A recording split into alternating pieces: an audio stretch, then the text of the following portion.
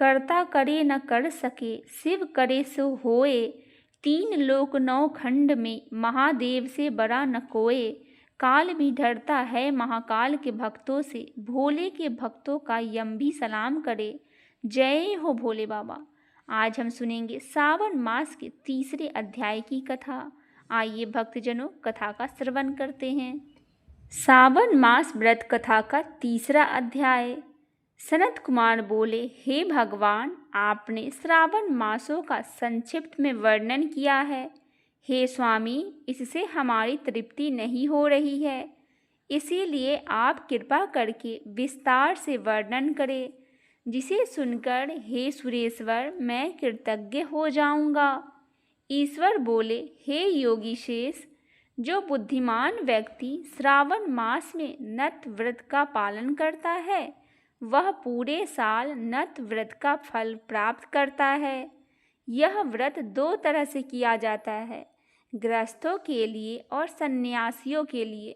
गृहस्थ जन सूर्यास्त के बाद भोजन करते हैं, जबकि यति सूर्य के अस्त होने के बाद 3 घड़ी तक रुककर भोजन करते हैं। सूर्य की मंद किरणों के समय जब अपनी छाया अपने शरीर से 2 गुनी लंबी हो जाए, उस समय का भोजन यतियों के लिए उपयुक्त होता है। रात्रि में भोजन करना उनके लिए नक्त नहीं माना जाता है। तारों के देखने के बाद गृहस्थों के लिए नत व्रत का समय होता है। यति यानी कि सन्यासी के लिए दिन के 8वें हिस्से में शेष रहने तक ही भोजन करना चाहिए। रात्रि में भोजन उनके लिए वर्जित है।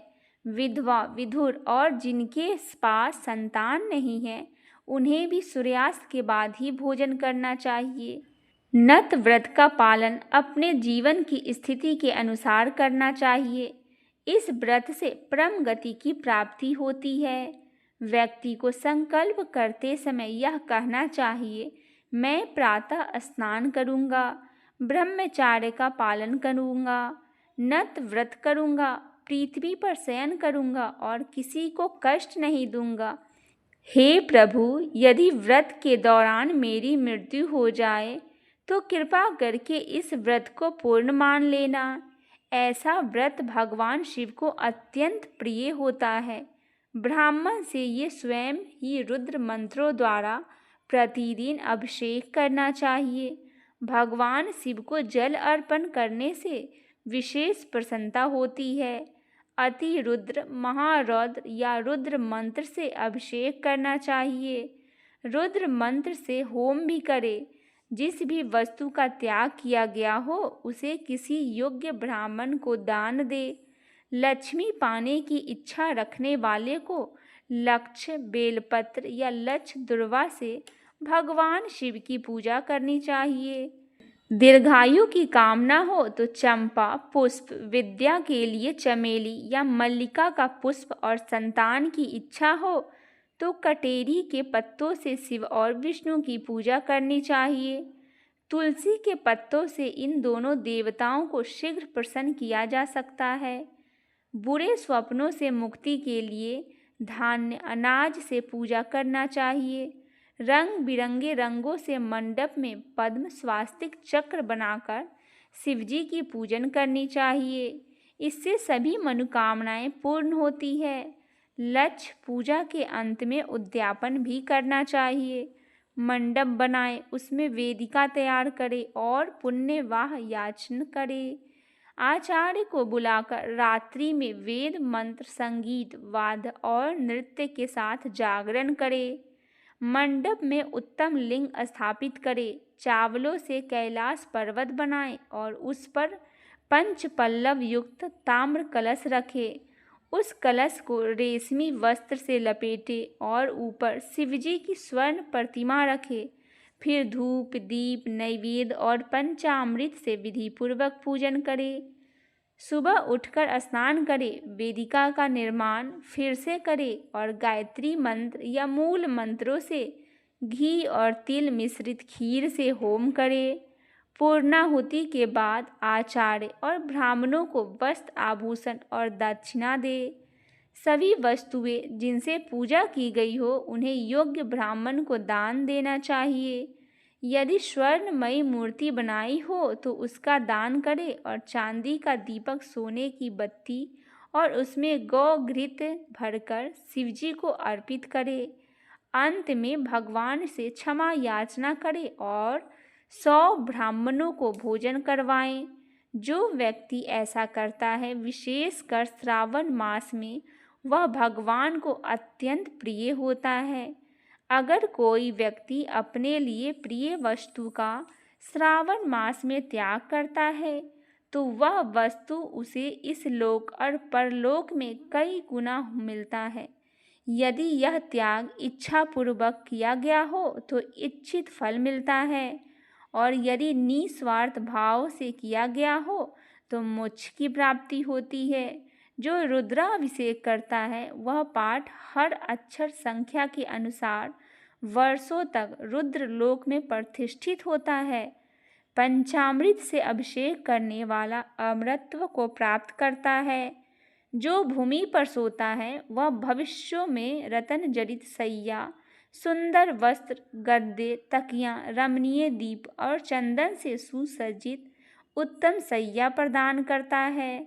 ब्रह्मचार्य का पालन करने से वीर्य बल, ओज और स्वास्थ्य की वृद्धि होती है। निष्काम ब्रह्मचर्य व्रती का ब्रह्म की प्राप्ति होती है, जबकि इच्छा पूर्वक ब्रह्मचर्य का व्रत करने वाले को स्वर्ग की प्राप्ति होती है। इस मास में दिन रात या केवल दिन में या केवल भोजन के समय मौन व्रत धारण करे। व्यक्ति महान वक्ता बनता है।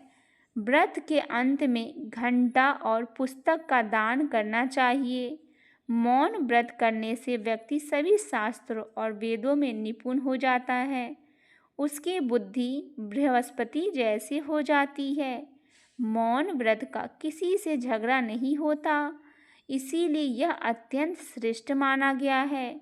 इस प्रकार स्कंद पुराण के अंतर्गत ईश्वर सनत कुमार संवाद में श्रावण मास महात्म्य में नत व्रत लक्ष्य पूजा भूमि शयन मौन दिव्यत कथन नामक 3रा अध्याय पूर्ण हुआ।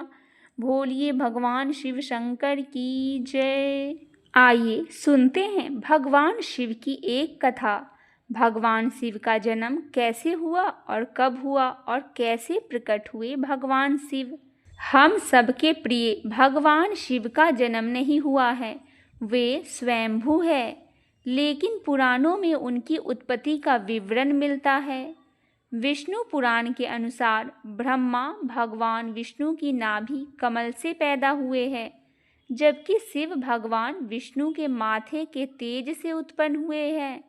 विष्णु पुराण के अनुसार माथे में तेज से उत्पन्न होने के कारण ही शिव हमेशा योग मुद्रा में रहते हैं। श्रीमद् भागवत के अनुसार एक बार जब भगवान विष्णु और ब्रह्मा अहंकार से अभिभूत हो स्वयं को श्रेष्ठ बताते हुए लड़ रहे थे, तब एक जलते हुए खंबे से भगवान शिव प्रकट हुए। विष्णु पुराण में वर्णित शिव के जन्म की कहानी शायद भगवान शिव एकमात्र बाल रूप वर्णन है। इसके अनुसार ब्रह्मा को एक बच्चे की जरूरत थी। उन्होंने इसके लिए तपस्या की। तब अचानक उनकी गोद में रोते हुए बालक शिव प्रकट हुए। ब्रह्मा ने बच्चे से रोने के कारण पूछा तो उसने बड़ी मासूमियत से जवाब दिया कि उसका कोई नाम नहीं है, इसीलिए रो रहा है। क्या आप जानते हैं भगवान शिव के 10 रुद्र अवतार है। तब ब्रह्मा ने शिव का नाम रुद्र रखा, जिसका अर्थ होता है रोने वाला।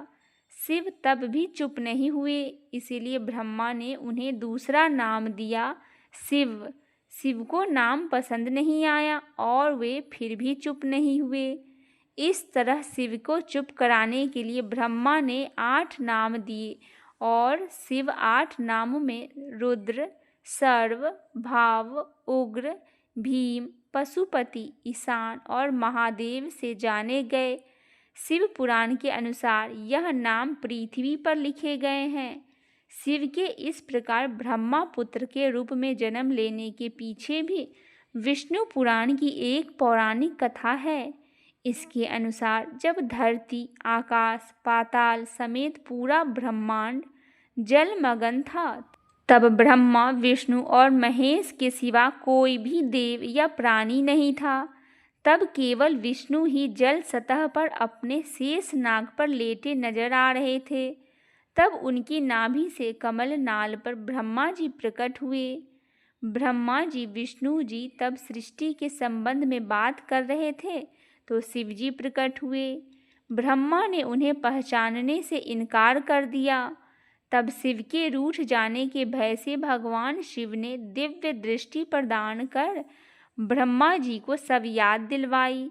ब्रह्मा जी को अपनी गलती का एहसास हुआ और शिव से क्षमा मांगते हुए उन्होंने उनसे अपने पुत्र रूप में पैदा होने का आशीर्वाद मांगा। शिव ने ब्रह्मा की प्रार्थना स्वीकार करते हुए यह आशीर्वाद प्रदान किया। जब ब्रह्मा ने सृष्टि की रचना शुरू की तो उन्हें एक बच्चे की जरूरत पड़ी। तब उन्हें भगवान शिव का आशीर्वाद ध्यान आया। अतः ब्रह्मा ने तपस्या की और बालक शिव बच्चे के रूप में उनकी गोद में प्रकट हुए। बोलिए त्रिदेव ब्रह्मा विष्णु महेश की जय।